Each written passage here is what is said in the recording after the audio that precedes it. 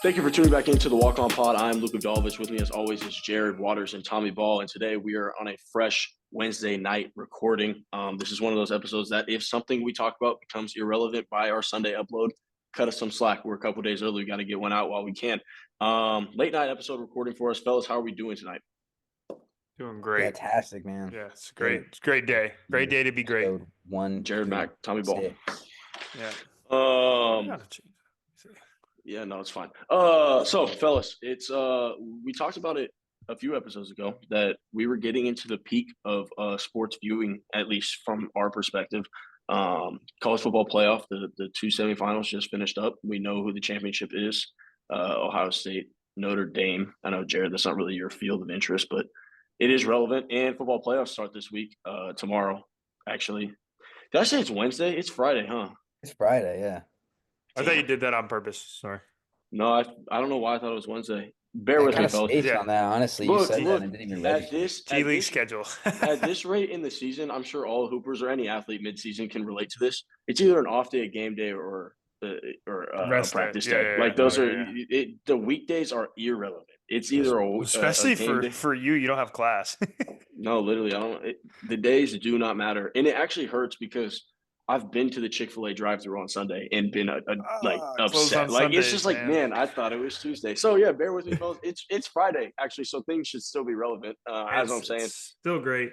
Is it ironic that the teams in the football championship are literally like only a couple hundred miles away from each other? That's pretty cool.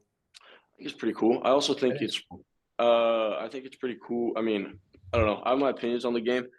I didn't watch it. I just saw the little. I wasn't able to watch tonight. Quinn Ewers is not allowed to show his face in the state of Texas. If I had to guess, he just didn't really perform. He looked like he choked down the stretch. Yeah, I mean, Notre Dame is rolling. Ohio State, ever since losing to Michigan, looks like the best team in the nation. So, yeah, interesting. I think it'll be a good game. I think it'll be interesting. I mean, college national playoff is always a fun game to watch. So, looking forward to that. And then, yeah, I think we'll probably be more tuned in to the wild card weekend, which is arguably the best weekend in football. When is the national championship? It's next week. I think it's next Monday or 2 weeks. Because wasn't it used to be on a weekday, right? It's always on a Monday, I think. Always on a Monday, yeah. So it's going to be in 2 weeks then, right? I guess it'll be in like 12 days. Monday. Okay, 11 days. Okay. Like not a full 2 weeks. That'd be wicked for them to play 3 days later. No, excellent. I was actually going to ask another question. Oh, was it true? Because I did read something earlier in the year. Was the coach at Ohio State, like, he was kind of on the hot seat, right? If he didn't make this I think push. he saved his job. He saved his job. Okay, but yes, he was 1,000%. He's lost to Michigan the last 3 years in a row, and a lot of Ohio State and Michigan fans would say that games more than anything in the season. But obviously, if you win a national championship, then it's exactly. That's just all for show. But no, Ryan Day. Yeah, which look, I don't know. I after what they did last week, against Oregon, I was like, okay, this is a national champion. So I thought they were going to win tonight, and I think they'll beat Notre Dame, but we'll see. How crazy is that Michigan won last year, and then if they win it this year, that'd be. And it's big. It would be nice for the Big Ten because there was a lot of knocks on the Big Ten this year, saying that like it's SEC all the way through all that, and here we go. We got 2 teams, one independent, and one Big Ten. No SEC teams. It'd be pretty cool. That's good. But yeah, I mean, that's a quick little scouting report of the Ohio State Buckeyes. But here at the Walk On Pod, we like to give our scouting reports for what we did and what we didn't like in the world of sports. And either we give a start or a sit. Fellas, I'd like to kick this off if you don't mind. I have one that I think I actually just want to do it because I'm afraid Jared might take it. Actually, Tommy might take it too. He's well versed as well. I have a start, and I'm going to start the TGL, the indoor golf league on the simulator. Nice. I don't know. So the first match happened this past week, and it was electric. I don't know if you guys watched it or if you just saw clips on Twitter and stuff. I saw the clips, yeah, but it does look cool. So I tuned in live. Oh, it's wow. awesome. It's awesome. It's awesome. So first, I do want to give some of the stats for the viewership. So there were 3.2 million unique viewers, and over 1.7 million stayed for the entire duration of the match. And it was a long match. I didn't even say the entire duration of the match. And that was better than both the NBA and college basketball games that night by a mile. Like they blew them out the water with ratings. I thought they said it was done in 2. I thought it wasn't just 2 hours to. I mean, but that's kind of a long. Like think about obviously like an NBA game moves fast and all this, but like to someone that doesn't watch golf and might just be tuning in, like I feel like they're not going to tune in for 2 full hours. You know what I mean? That's fair. Yeah, that's fair because like a lot of people don't even sit for 2 hours of a basketball game, so that's exactly. Yeah. So, but to the it's shorter than a round of golf, though. Obviously. Yeah, obviously, if you're a golf watcher, like the 2 hour frame is like that's short quick because you could sit there a whole afternoon and watch golf. But yeah, I mean, I think the viewership shows that it's popular, and it's just like it's completely modernized, and it's like it's the reason why a place like Top Golf or like all these new like indoor simulator places are doing well because they were all mic'd up. They're all just in there, like they're obviously competing, and these are the best in the world. Like they don't have like nobodies. Like obviously, it was like Aubert dominated. This next match is gonna be sick. It's Morikawa, Justin Rose, and Sahith Theegala versus Max Homa, Kisner, I want to say, and Tiger Woods. Like that's sick. Like that's must watch golf. Like people are gonna want to watch that. And again, it just seems like such a personal feel. They're all mic'd up. There's a shot clock. There's none of it. Like the crowd is getting into it. Like you can, it's just fun. Yeah, the shot clock is awesome.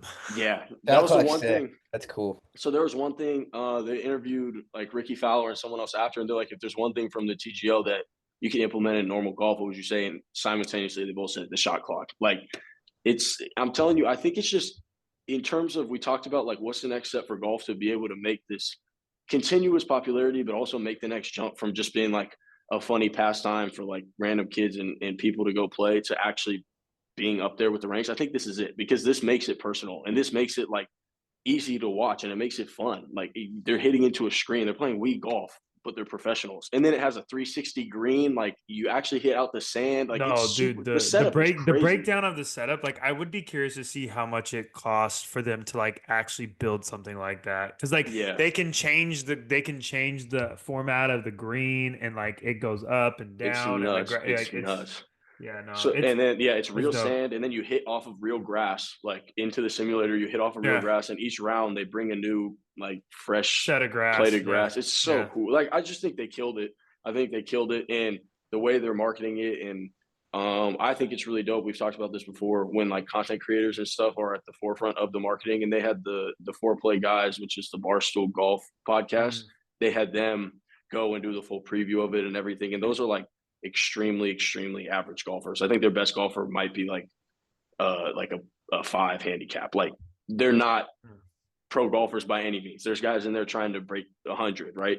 And again, it just makes it personal and it makes it relatable for the viewer. And I just think they killed it. And especially during the off season of golf, like whatever the weather is, wherever it is, like you can go and play on a simulator, and that's what they got the pros doing. Do we understand how they pick? The only thing I couldn't figure out is how they pick the teams or why they pick the teams they do. It's like location based. So like Max Homa there's the and Bay Tiger team. Woods. Yeah, so that's a Bay team. There's the LA team is the Morikawa team. So that's like Morikawa, Theegala, and Justin Rose. That's LA team.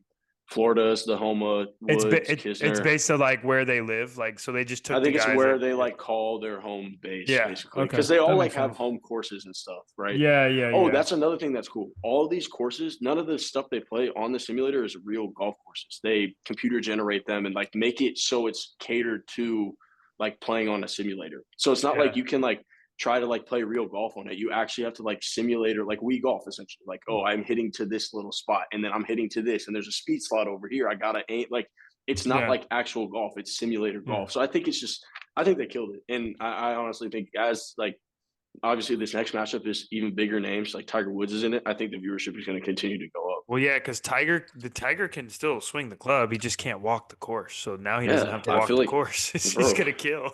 It's awesome. It's awesome. And like, for like, what's the senior tour called? Like the Champions Tour or whatever. Yeah. Like, this might be a better alternative for some of those guys, like bigger name guys that want to keep playing golf. Just go hop in with your 3v3 and you don't have to go anywhere. Like, exactly.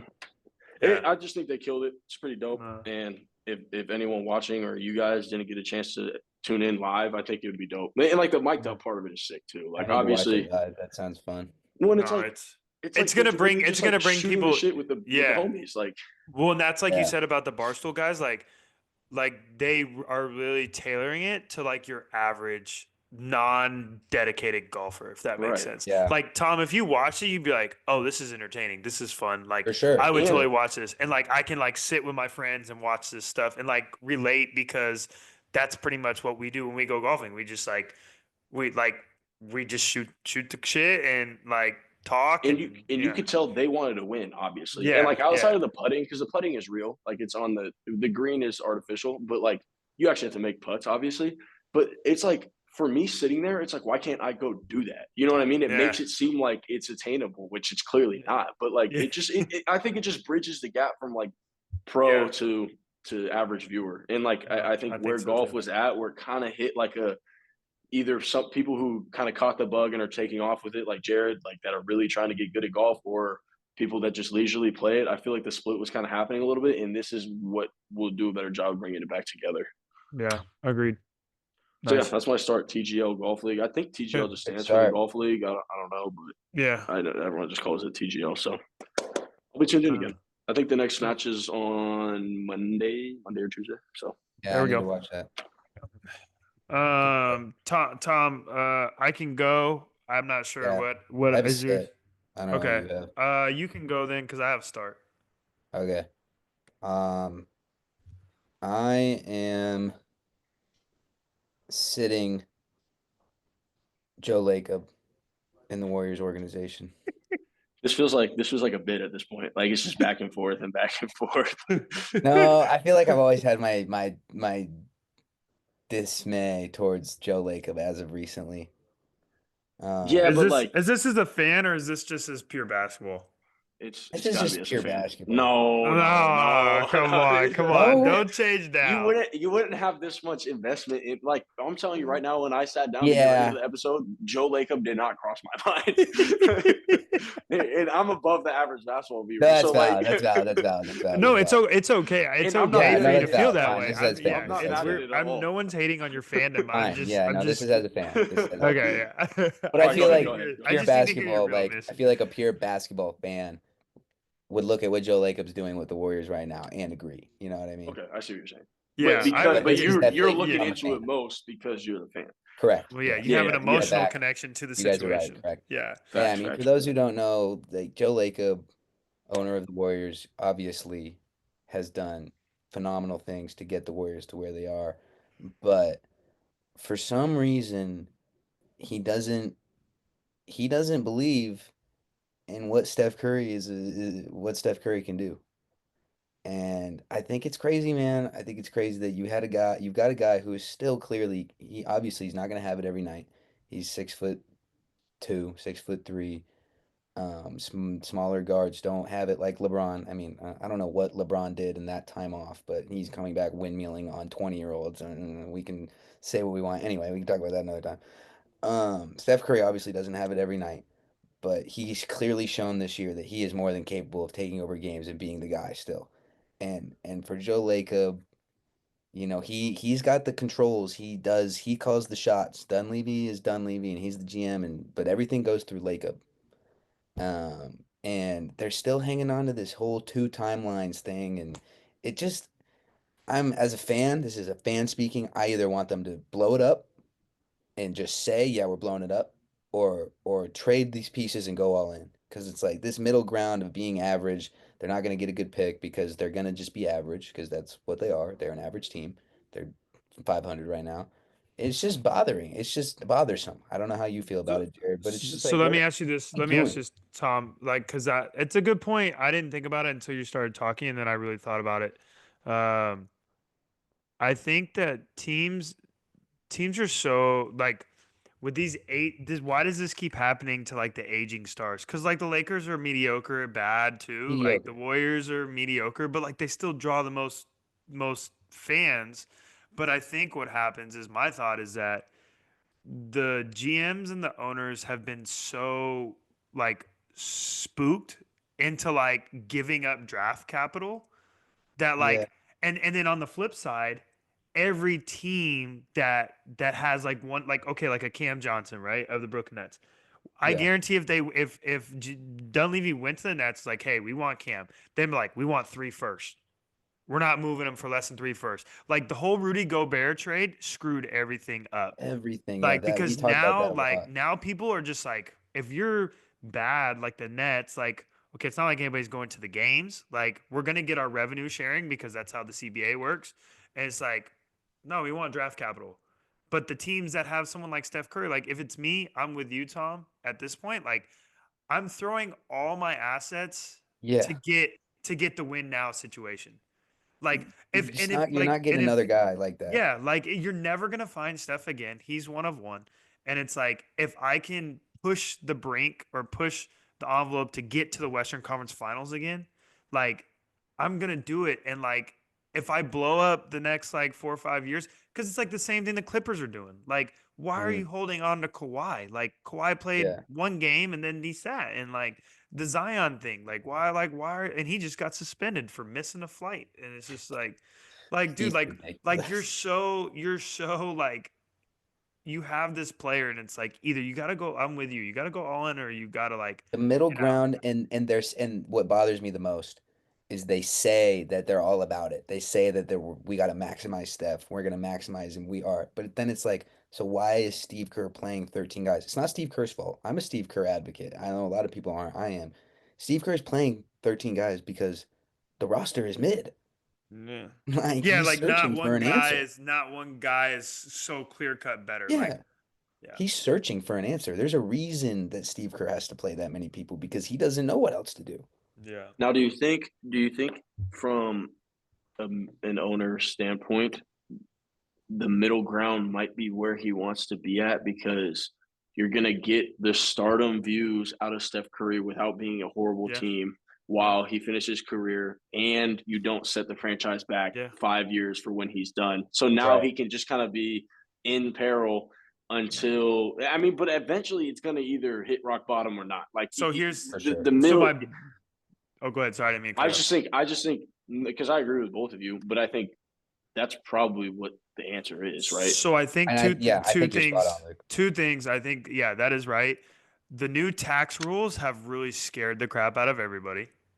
They were Yeah. talking about that on TV the other day. Like, dudes, I mean, it's they have to change that because it's like you're not even allowing these teams to be competitive. You know, Thanks, CJ it, McCollum. yeah. And then this and then the second thing is that they just yeah, I just think they're just like, well, what I was gonna say is they like you just got to take a page out of Sam Presti's book, dude. But not everybody's Sam Presti. Not everybody drafts Yeah. like Sam Presti. Like he got off of KD and Russ and Paul George in like the perfect times. Like you Yeah. couldn't ask for Yeah. more back. That's my other thing with Yeah, Lakers. Like, bro, stay out of the drafting decisions. Like, so many articles have come out. He's been the guy that wanted Wiseman. He was the guy that wanted Kuminga, and I like Kuminga, but yeah, yeah, like yeah. It's he's hands on, and it's like just let them do their job. I personally just don't like the owner, like like just like Jerry Jones too. Like obviously that's an extreme example, but like I don't like you're the owner for a reason. Like yeah. You like hire make people, the basketball hires people, and let to do them do their job. basketball Like jobs. Yes. you're Joe Lacob's not going to lace up and run off of a stagger screen. So why would you try to do? You know what I mean? Like Yeah. So it's the yeah, same On thing. flip side, you're not going to ask Steph to run whatever company that made you a Dude, billionaire exactly. to buy the he's team. not going to tell you to Steph, go look at your stock revenue. yeah, Like you know what I mean? That's just not like It's you not your job, bro. as an owner, you hire people to do jobs. The players have a yeah, job. The coaches have a job. The GM has a job. Like let them do that. And I'm sure the Yeah. owners that do that are the more likable owners. Like obviously, Yeah. like Mark Cuban, like I'm sure he's in there. He's not making the decisions though. You know what I No, he mean? lets Nico do yeah, his job. He Like let yeah. Peter He's Holt. just a super fan. Like Yeah. Steve Yeah. Ballmer. People love Yeah. Steve Ballmer. He just loves it. Like you know what I mean? Yeah. Like yeah. he's Yeah. not in Mickey there calling the Aronson, shots. like, yeah, like let's Pat Riley do Exactly. Like you whatever. guys are the ones with the money, and you own the team for a reason. Give them your support. Give them your money. Say you do your job. You know It what? sh- And at the end of he the day, shouldn't be the too, guy scouting. facts. And at the end of the day, too, you're going to be the one holding the trophy when you win. Like it's Exactly. not going to go Yeah. anywhere else. You're Yeah. going to lift it, bro. Like it's your team Which Yeah. he still. did. Like He's done it 4 that's what I'm times. saying. 4 times. So I And was there's like, just been bro, so many, yeah, there's just been so many things like I've always hated the that. memes on Twitter right now Yeah. have been this interview from Joe Lacob. It's obviously it's clipped. So I don't know what the heck he was talking about. But there's literally it's a literal clip of Joe Lacob saying, "We don't view ourselves as a basketball team." And I'm just like, Yeah, buddy, hate to break it to you. What? Yeah, I don't know what business you bought into, Vince What? McMahon, but This is not Monopoly, dude. Like, Oh man, yeah, that's my high horse. yeah, no, Honestly, I I hated on think it's Bob Myers a little bit, but he got the heck out of Dodge.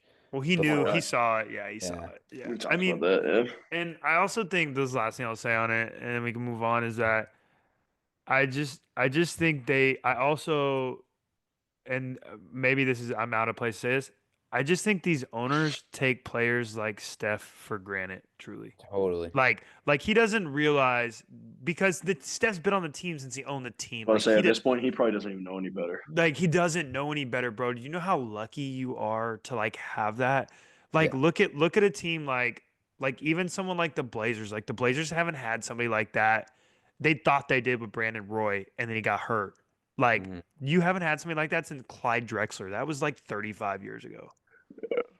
Like it's just lucky, bro. You know, they just don't think, they just don't get it. Like because like you said, Luke, they're not basketball people. Oh, which is cool. Yeah.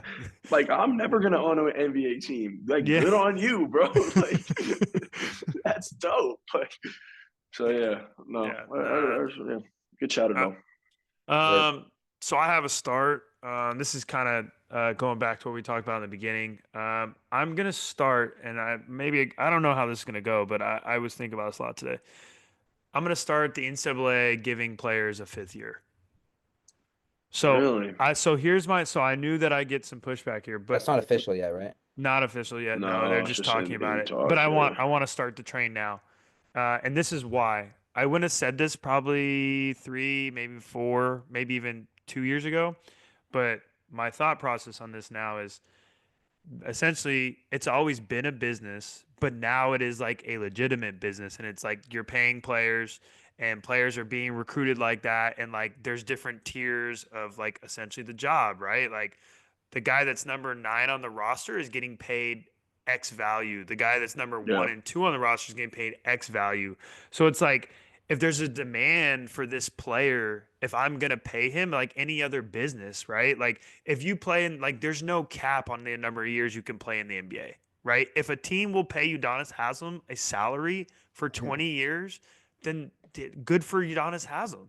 And I'm not saying that the NCAA or I'm not saying that college should go that far, but it's like I'm tired of them trying to pretend that this is about college or like this is No. about like academics. Like this has So never been about academics. Yeah, this that's is, but the thing. So I think there needs to be stipulations that make it again about academics. So I agree. I agree with it under 2 circumstances. One, I think they need to reinstate the one-time transfer rule because Yeah.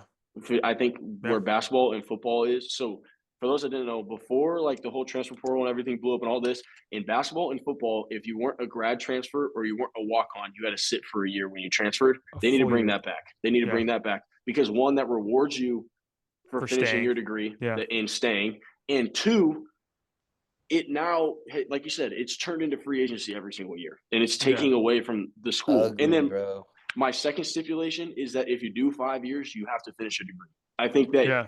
the school should get either an NIL or a scholarship or some type of like punishment for a player that does 5 years or like does his 5th year or whatever it is and doesn't finish their degree. Because I Yeah. think, like you're saying, it's taken away from school. And for me, like whatever the NCAA is, like I have a lot of views on the NCAA. I think the NCAA is in a horrible position right now. I think that Yeah. conferences might just say screw them and do their own thing here pretty soon. But I think that for the NCAA to get back to what they're supposed to be doing, which is governing collegiate athletics, you need to have some type of basis of like the collegiate part. And the only way to do that is to regulate through degrees. And then again, like the one-time transfer thing, I was not a part, like I didn't like that when it was in like when they Yeah. changed it, because like all the other sports, like I get it. Like those aren't the revenue sports. Like I understand like that why they don't have a one-time transfer thing and all this. There were still people transferring without having to sit for real circumstances, family like sickness or illness or injury or stuff Hardships like and that. like Hardship, yeah. yeah. The NCAA wasn't like, oh, you have to sit ball. If you transferred for a real reason, they were going to let you play, and that was Yeah. cool. Like I had a teammate my freshman year when I was redshirting. He transferred back to Arizona because his mom was sick, and he was originally in San Antonio. He played the next year. There was no need for a grad transfer, none of that, right? So like the NCAA is going to allow people to do that, but where it's at right now is in such a bad position. And I think like the only thing that worries me is like you already did the JUCO thing. Now if you do the 5 thing, like I feel like Tommy and I, like we joke about being the 6th year. Like Tommy is gradually getting to where I was, being the oldest person in college sports possible. And that's now going to scratch the surface of what people are going to be capable of. Yeah. But which scares me. And they're going to finish with no degree. And they're going to finish with no degree. I agree. A lot of stuff you said, I agree with. But my pushback on that, on two things, twofold, is that one, like I'm much older than both of you, and I know, like, because this is going to lead into the next part, so it's kind of good I went last.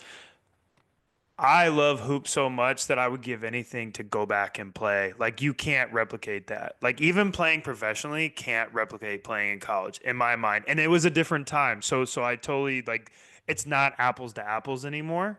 But, like, if I could play extra years, I would take it. You know what I mean? Just because of how much love and passion I had for that time of my life and that time as a player. But I agree with what you're saying. I agree with what you're saying. But do you think that also, like, don't you think the magic of it is allowing it to have that, like, okay, I had a 6-year window, right? And that was what, like, that's already crazy that I was there for 6 years. Yeah. If I was able to stay in college for 10 years, like, that it wasn't going to be cool, you know? Like, no, I was sick of college. Even when I get 10 years down the line, I'll probably be like, man, that was – like, I don't want to do that again because that's like I feel like feels like there's got to be a year where they cap it. So, well, the stipulation. So, like this is why I like your stipulations and why I agree with what we said, because I think if they go to that, I was looking at you. You said it in a way that I kind of would say in a different ways. As I was talking about, it was a business. Like, you're signing a contract, right? Yeah. And you can only get out of that contract. You only get like if one you get uphold, out of jail. Yeah. Yeah. So it's like, to me, it teaches two things. One, it teaches kids to stick it out, right? Facts. And so now you don't get this whole wave of AU kids coming in because you don't get away with that anymore. Now, essentially, college is AU for 21-year-olds. Literally. Like, I can switch teams, whoever's going to pay me the most, blah, blah, blah. And that's where I would say my second stipulation to add on to yours is that to backload the NIL. Yeah. Which is what's happening on some of the smaller scale now. But it's like, okay, like when you come here as a freshman, you're signing let's say a 3-year deal, right? If you come here as a freshman, you're going to get 55 a year. Then your second year, you're going to get 155 a year. Yeah. Then your third year, you're going to get 300. Staying there for like, a long time. Yeah. So it's like, okay, like then it makes the decision really hard for you, like, to leave, because you don't know what's going to the grass isn't always greener. Right. It's like, okay, I'm going to jump ship. I get one time to jump ship. Like, and you remember, like, well, maybe you don't, but like back, like my ages, like my years, like if you were transferring, there was only really 2 reasons why you transferred back in the day. It was either you were never going to play and the coaches literally told you were never going to play, or like some bad shit happened where like you got in trouble, or you got like the coach stuff, like what happened in Indiana, like the coach choked me, like, you know, like if something like that happens, like those are like real reasons why or like you said, like a family hardship, like there's like a real reason why you're transferring. Like, so I feel like if you do the 2 things that you said and the 2 things that I said, then I think that helps stave off. And then the last thing is when the NBA just get rid of the one and done stuff. Yeah, that's gotta be, because at this point you're just going to call, like, bro, allow them to go like, in. Why is AJ like, AJ's gonna go get like more than he's gonna be in Provo for literally 6 months. Literally, like, just let him go to the NBA. Bro, it's not even easy. So then, like, my thing too, the reason why I say you have to get a degree thing too is because I think where NIL is right now with the amount of money that these kids are getting, it's like, unless the amount of people that get to play pro basketball at the level that is going to give them the money that they are getting now in college is such a small amount, and it's almost like it's not even 1%. It's not realistic what they're doing. It's not realistic what they're doing. So for an 18 to 22-year-old kid to be getting $300,000+ a year for 4 years in college sports, and then let's say he goes to the G League where you make $40,000 in a season, then what? Do you know how to spend money? Taxes. No, 40,000 before taxes. Yeah, we don't gotta talk about my salary. Look, because because look, you either don't know how to spend money because for the last 4 years of your life, you've been given $300,000 a year to go to class. And giving everything else. You don't have to worry about food, don't have to worry about transportation, none of that. Life is paid for, right? Once you get into real life, that is not how it is, right? So all these kids don't know how to manage money, right? They're not going to be the only thing I ask is that they have a degree to fall back on, because I think that will at least allow people to, like, whatever happens with your sport, whatever happens in college, whatever, you finish your education and you can take that. Like, no one's going to take that piece of paper. And that's the other thing too, because like I was going to bring this up too, Luke. So again, we're on the same page here.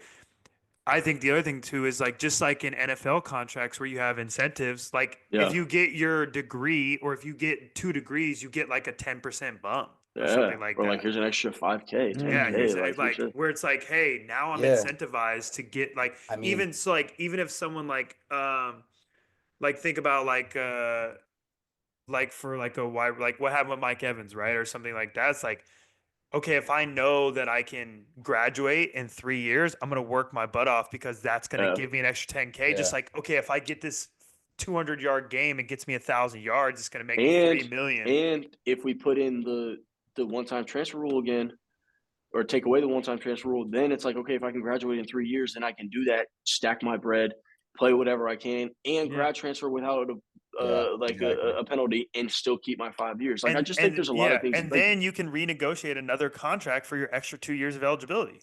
Yeah, exactly. And I just think the problem with all of what's going on is, it's like, I get that there was a huge push to give power to the athletes, but there's almost too much power to the athletes that, like, these are kids. Like, I know when I was 18 years old, like, if you put me in those shoes, I would not know what the hell I was supposed to be doing. Yeah. Are you kidding me? I was trying to go to 8 a.m. classes, bro. I don't know what they're like.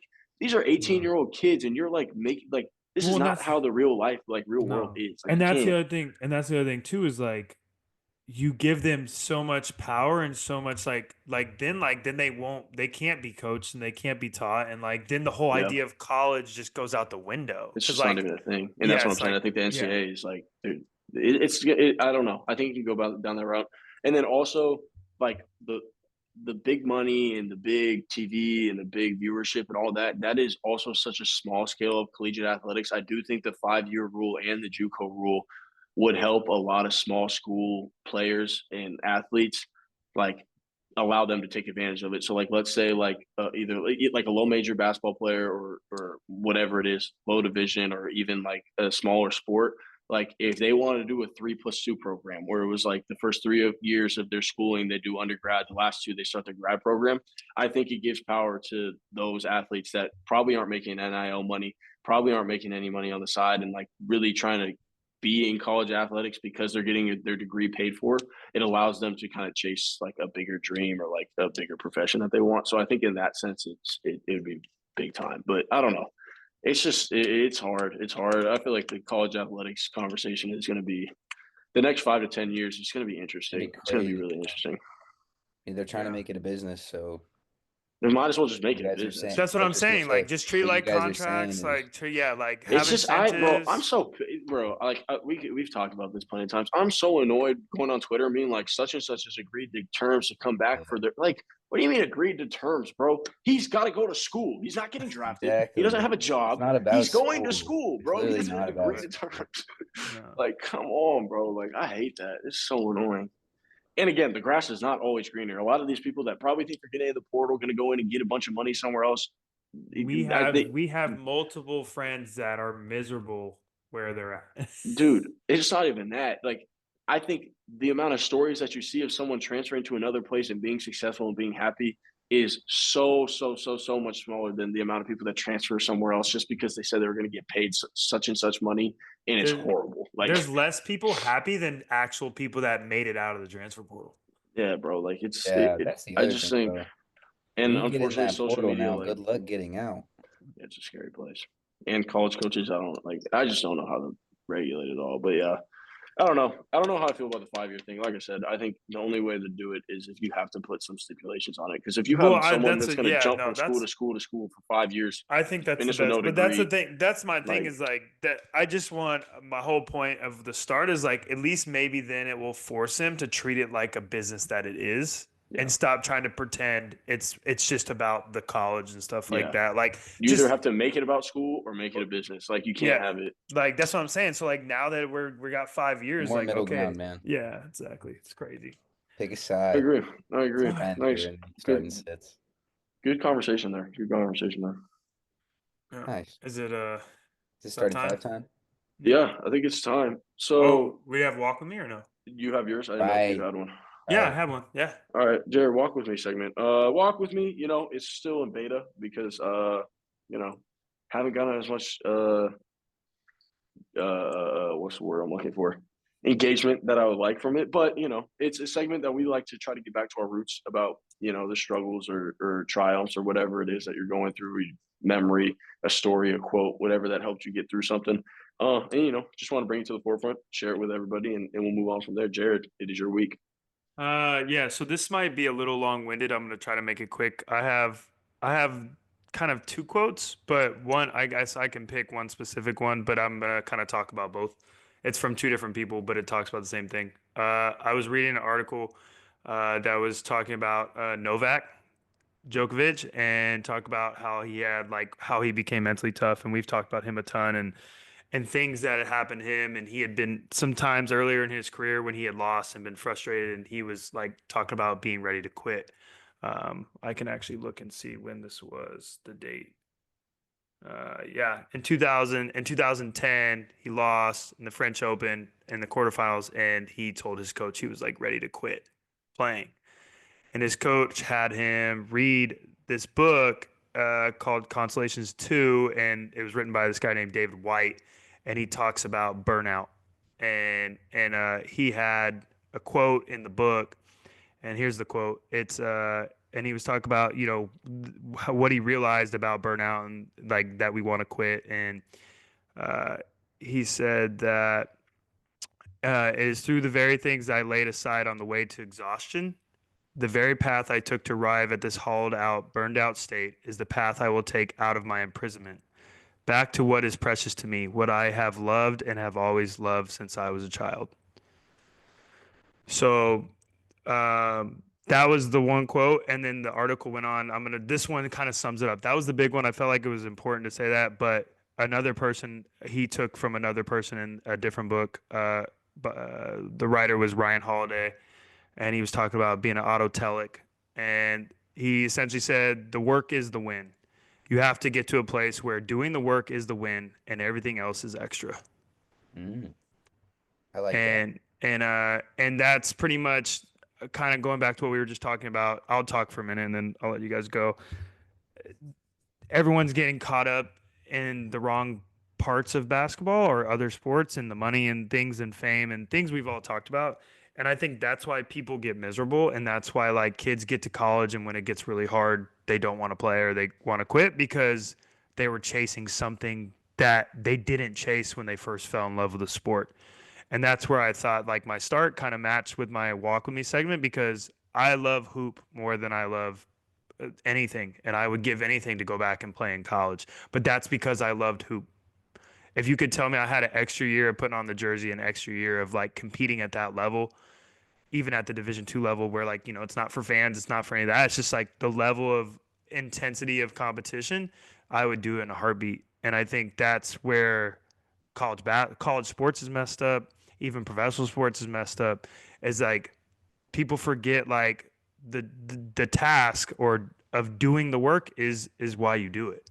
It's not like for all this other stuff. And like you have to get to a mental state. Like I have this conversation with kids all the time. Like, oh, well, it's hard, or I don't have time, or I did this, or I did that. It's like, you just don't love the work enough. Like that's it. Like the work, the boring stuff is you have to fall in love with the boring. We've talked about that. So I felt like these quotes, and then you look at someone like Novak, who after that happened and he had that conversation, he went on an absolute tear. So it's just those things.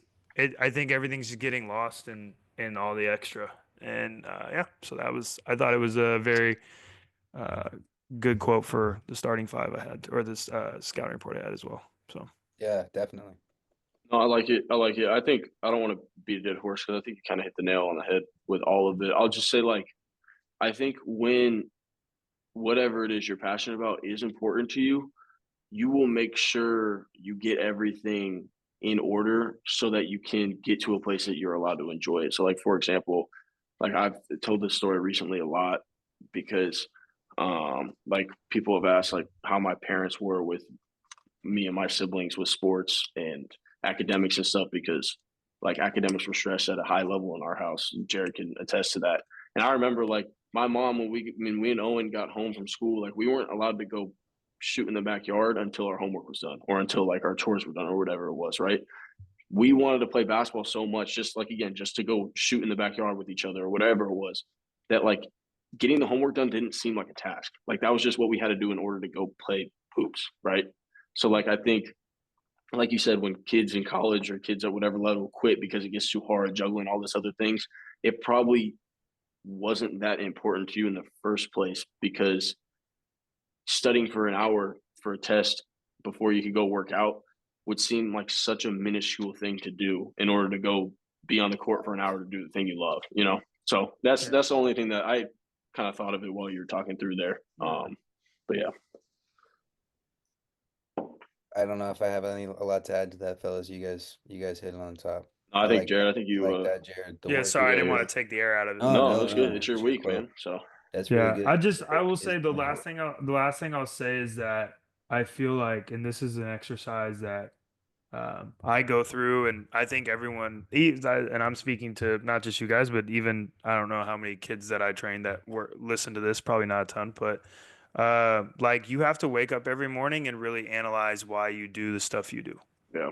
Like that's the thing. Like when I wake up in the morning and my body feels like crap because I'm old, and it's like there's not to be like I had some stuff going. Like I could barely walk on Tuesday. I still showed up at workouts. I still gutted out the workouts. Like I still, you know what I mean? Like just because I love to help people get better. Like I wasn't gonna let any of my things like that were affecting me affect other people's ability to get better. So it's like I feel like people just have to wake up in the morning and really analyze what they love and why they love it more, so that they can power through whatever tough stuff. I mean, it's hard. Like it's hard being in 2025 and the distractions and being a 15, 16-year-old kid or 18, 19-year-old kid, all the things that go with that now that didn't exist when I was that age. But like you still have to wake up and really think about like, okay, why am I doing this? Why, like, what am I doing it for? So I feel like people should just do that more and they would attack their day more productively.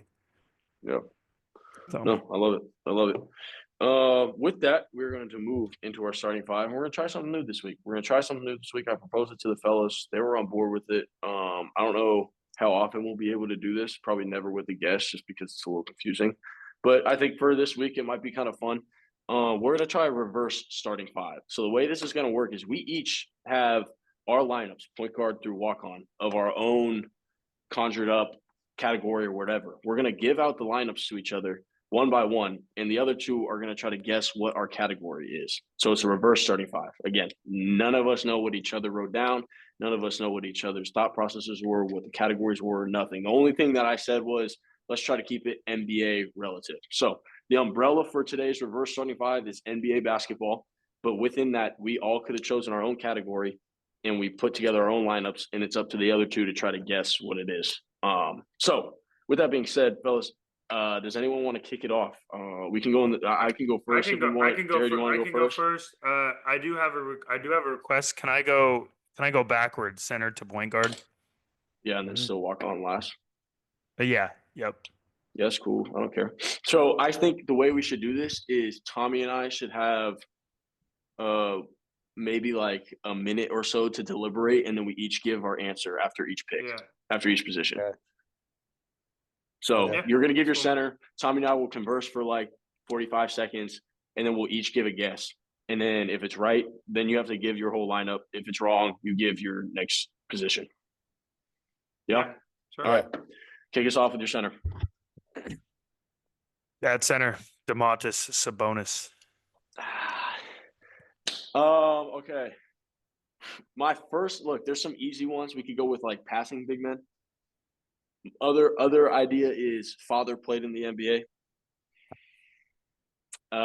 And another one has seen the beam in person. I think that's one that we can't let go undercover. I mean, those are my three initial leans, Tom. I don't know. Yeah.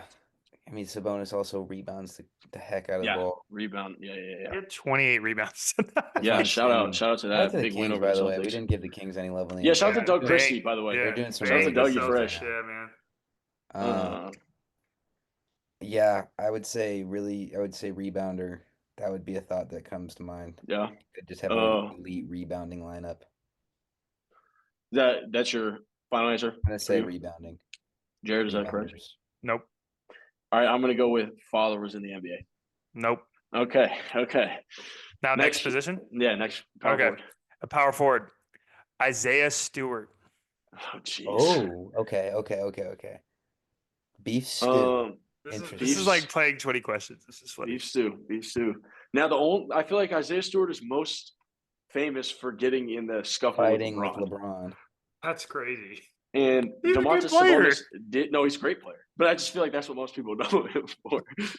Domantas Sabonis was stepped on by Draymond Green. I don't know. You know what I mean? Like that's gonna be my guess. Was at the forefront of a scuffle. Okay. That's my guess. Okay. I'm gonna say like gritty players.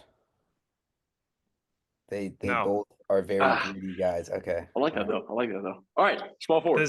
All right, this one's really gonna throw you for a loop. Small forward, James Johnson. Well, okay, so now we've got two guys that like to fight. Sabonis doesn't like to fight, but he's in fights, I guess. Do they have a teammate in common? There's no way, right? James Johnson's got to be too old. Oh, no. They might have had a teammate in common. Let's see, Sabonis on the Thunder. Wow, I'm kind of lost right now. Huh. I knew that one would throw you. I just had to get there. And then James Johnson. Who does he play for right now? The Heat still? The Pacers. He's on the Pacers. Yeah. On the Pacers. Isaiah Stewart has always been on the Pistons. Yes. Okay, I'm going to say players that are likely to get in a scrap. Man, we're getting close, but no. Okay. Oh, jeez. I'm going to go with players you'd hate to box out. That's a good guess. That's a great guess. I like that, but no, that's not it either. Oh, jeez. All right. Shooting guard. I'll speed it up a little bit. Lou Dort. Good. Oh, jeez. I don't know, man. Tom is on the right track. The pattern is clear here with the type of player you're throwing. Tom's on the right track. I just need certain verbiage here. Okay, I'm gonna go with could be a boxer.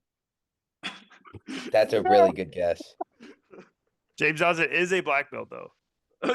Hey, and Domantas Sabonis does kind of resemble Ivan Drago. Yes, wannabe fighters. Starting five of wannabe fighters. Getting close. Oh, geez, all right. This one's gonna Steve Blake. That would have been good, but I did current TJ McConnell. So like scrappiness, like could be a UFC. Players you hate to play against. We already did that as a starting five. Yeah, so I didn't have it. Yeah. You guys are right there. I'm being kind of. Right. I'm being that's difficult. fine. I'm being difficult. I don't know. I'll say. Guys that you want on your team if a fight breaks out. Oh yeah, you guys are right there. NBA tough guys. Okay. Yeah, like I could have took the gritty, but like I was like, gritty, tough. Gritty and tough is a little different. Yeah. Well, my walk-on was Josh Hart. Yeah. Oh yeah, we should have waited for walk. I guess that's cool. Okay. Yeah. Nice. That was good. Yeah. Okay. Sorry, like Tom. That. Tom, you were right there, no, man. Tom, I wanted to give it to you, but I'm not mad. Gritty and tough is. I like that. That's two different things. My thought process is like, because we were like, okay, I was like, all right, Isaiah Stewart gets in fights, but like he's also a tough guy. Like you wouldn't mess with Isaiah Stewart. Yeah, no. And and Sabonis. You know what I heard about Isaiah Stewart actually from a former teammate of his? That he is the nicest dude you'll ever meet, and when he has his like breakouts and stuff, that he goes back to the locker room. He's like, "Man, I shouldn't have done that. What was I thinking?" Blah blah blah. Yeah, so he just sees red. What? He blacks out. He just blacks out, which is dope. Like that means he's a I mean, I've met like, him. He's a super nice guy. He's super quiet and so chill. Malachi, Malachi Flynn, my teammate now, was on the Pistons with him, and he says like, obviously he's a dog, like a goat, but he's like in the locker room. If you like were talking, you would never know that he's getting in scuffles and stuff. Yeah, like, and that was my thing is like, okay, like I'm not like I want real tough guys. Like that's why I didn't put. I feel like Draymond's a fake tough guy sometimes, or like Dylan Brooks is just a yappy guy, right? Yeah. But like Sabonis is tough for another reason, right? Because he got stomped on, and he's like he's always bleeding. He's always bleeding, and he keeps going. And he had 28 rebounds, and like. Yeah, so I like it. I think you did a good job on the list. I think you did a good job. All right, I can go. All right. I think you guys probably got mine, but jeez. Yeah, I don't know. That was good from Jared. I didn't go as difficult, I guess. You can go in any position. I feel like I don't know. All right, I'll start. Okay, can I go any position? I feel like it's fine, right? I don't think it really matters. Yeah, it doesn't matter. All right. At small forward, Darius Garland. We're at small forward. NBA shiftiest players. No. NBA shiftiest. I'm gonna go with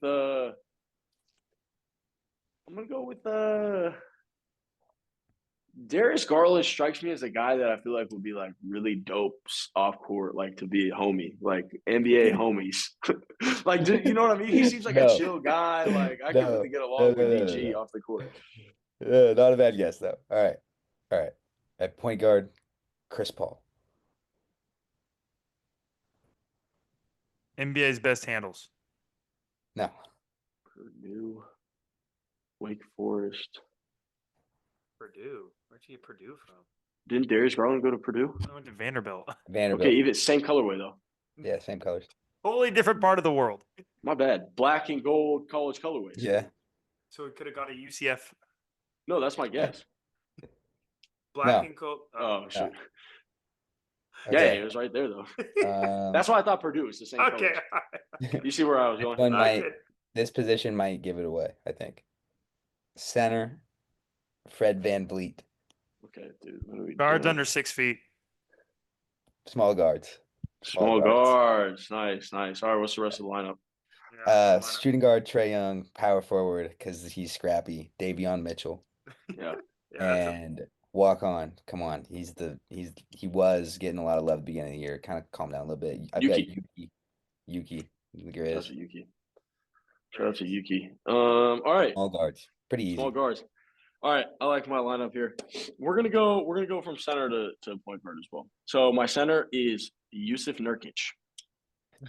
Okay, fake tough guys. Incorrect. Slow Europeans. Not a skilled European. No. Shout out to Nick Mays. My power forward is Kevin Garnett. Oh. Like I said, I have all-time players in here as well, but it's a current category. Would throw a punch. I guess it's a category. NBA players that would throw a punch. Yeah. Can't be great.